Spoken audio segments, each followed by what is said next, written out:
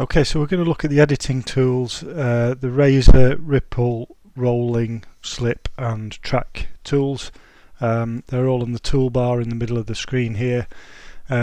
First one to look at is the selection tool. Should be fairly familiar, the sort of triangular shape tool. Very simply with that you can drag the start or end of a clip to trim the clip. So we've got our clip in the timeline here. If I place the tool over the end of the clip here, we get this kind of red arrow, almost like a bracket with a red arrow pointing inward. We can drag to trim the end, and likewise we can drag in to trim the beginning. So that's a pretty straightforward one, and we can trim down the in and out points on the timeline there. Another thing when you playing clips back, if you press the space bar, the clip will play from wherever the playhead is. So this is the playhead here, the blue line. It will play from there. If you want to play the clip from the start, press enter, and it will play from the start of that particular clip. So just a useful thing to know about. Okay, so if we move on to the Razor tool, which again you see the icon looks like a razor on the toolbar. Again, this is a reasonably straightforward one. So if we select the Razor tool and say, for example, there's a section of my clip here. If I move the playhead to, maybe there's a section I want to remove. So if I move the playhead to the start of that section, with the Razor tool, click where the point where the playhead is, and then move the playhead to the end of that section that I want to cut out, and obviously then click at that point, and then select the selection tool, click on that section I've just cut out, press delete on the keyboard, that will remove it. Okay, and then I can click and drag to remove the gap. So click and drag the second section, so it just kind of snaps to the first section, and that completely seamlessly removes that section I've just cut out. If for any reason when you do try and drag this in it doesn't snap into place, that will be because the magnet icon here, which is the snap in timeline tool, is turned off, and then it won't snap. So just make sure that's turned on, and then it snaps into place. So if we move on to the Ripple Edit tool, this is the one with the double-headed arrow with the vertical line down the middle. Now this one, again, if you place it at the start or end point of any clip, so I've put two different clips on the timeline here.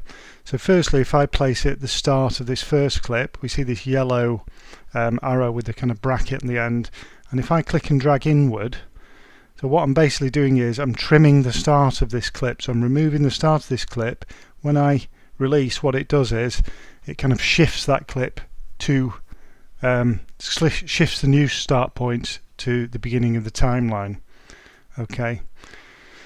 Likewise, if I trim the end of the clip, so if you see the end of this first clip here, if I click and drag this in to trim it, it will reposition the subsequent clip at the new end point. Yeah, and again, just to illustrate, so with the second clip, if I do the same, if I adjust the start point, trims out the start point and snaps it back into position next to the first clip, and if I trim in the end of that, obviously it's got nothing to after it to snap into place, but you can see, so basically when you trim start or end point of any clip wherever it is on the timeline, it snaps it into place rather than you having to then manually move it into place.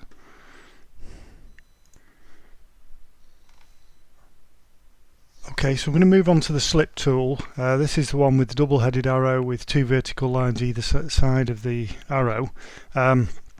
Basically what this enables you to do is click and drag over a clip and change the in and out point of that clip. And obviously this will only work on a clip that is longer than, you know, the original clip is longer than what's on the timeline. So I've trimmed down this footage here of the Manchester skyline. This is initially the in and out point, so it starts right at the beginning of the clip. the original clip, but then it's edited.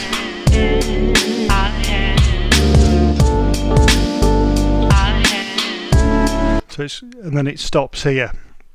So say I decide, so if I drag the playhead back to the beginning, if I mouse over this and I start to click and drag to the right, hopefully it's going to give us a little preview. It should be giving us a preview in the window.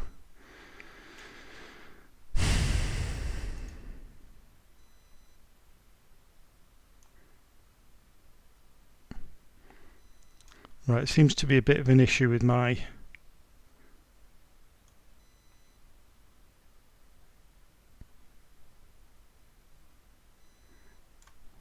there we go.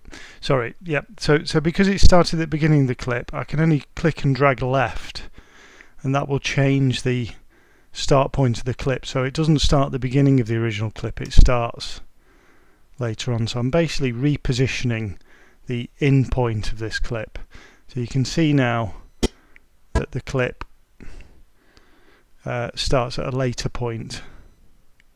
So if I now play again from here, see it starts at a slightly later point. I might decide I want it to start at an even later point, so again I can click and drag to the left, and this will just shift the start point further.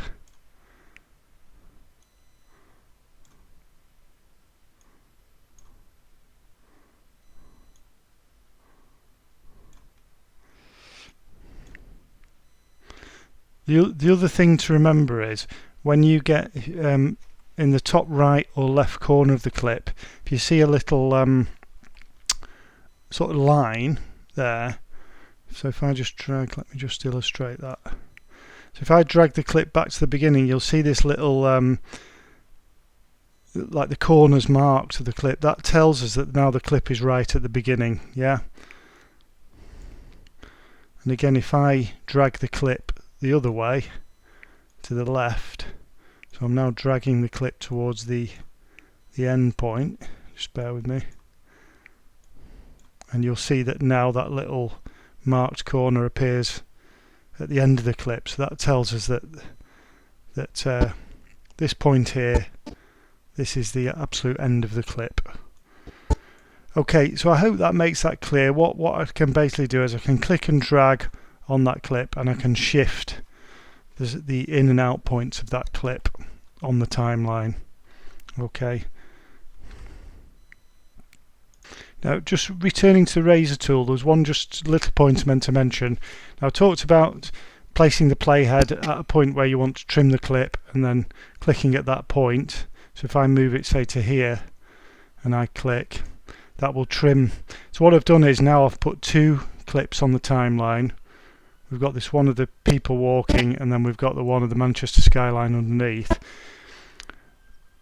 But so I've clicked and I've trimmed, I've cut the clip that's on top, the one of the people walking, but it's not cut the Manchester skyline clip. So if I wanted to cut the Manchester skyline clip at the same point, just need to hold down shift.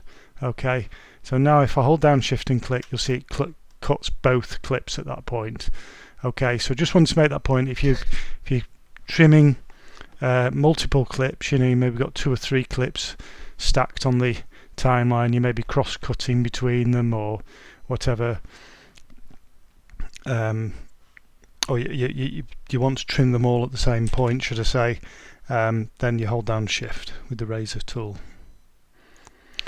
Okay, so moving on to the rolling edit tool. So if we go to the ripple edit tool here, click and hold, and you'll see that the rolling edit tool is nested underneath it.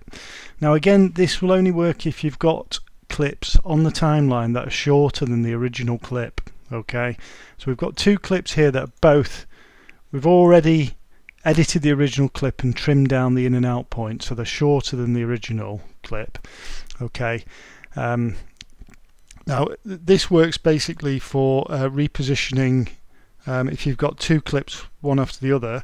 If I place the edit tool in between those 2 clips, and say I decide that I want to reduce the first clip and extend the second clip, I can click and drag inward, and that will extend the second clip to its original start point, and again you'll see that little the corner is marked again to show that we're at now at the start point of that second clip, and it will trim off obviously part of the end of the first clip to accommodate the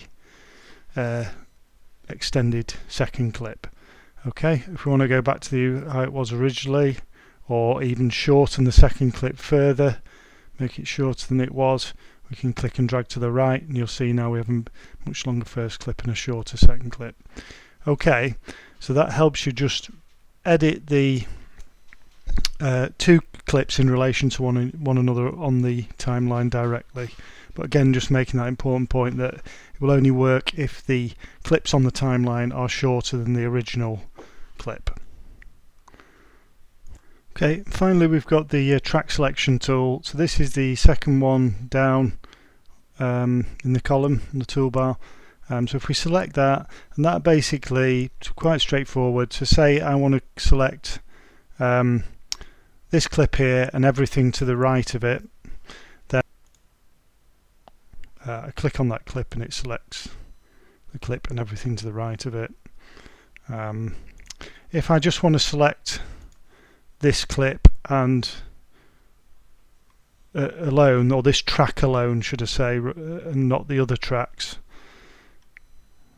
so this track and everything to the right of it, this single track, if I hold down shift and click, you'll see it switches to one arrow and then it will just select that single track.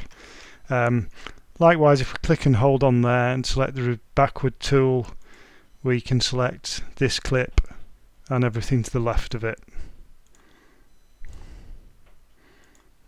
Okay, so everything on this at this point and to the left of it. And again, if we hold down shift, we'll just select the single track. Okay, so I hope that makes sense. Just for selecting, useful for selecting multiple tracks.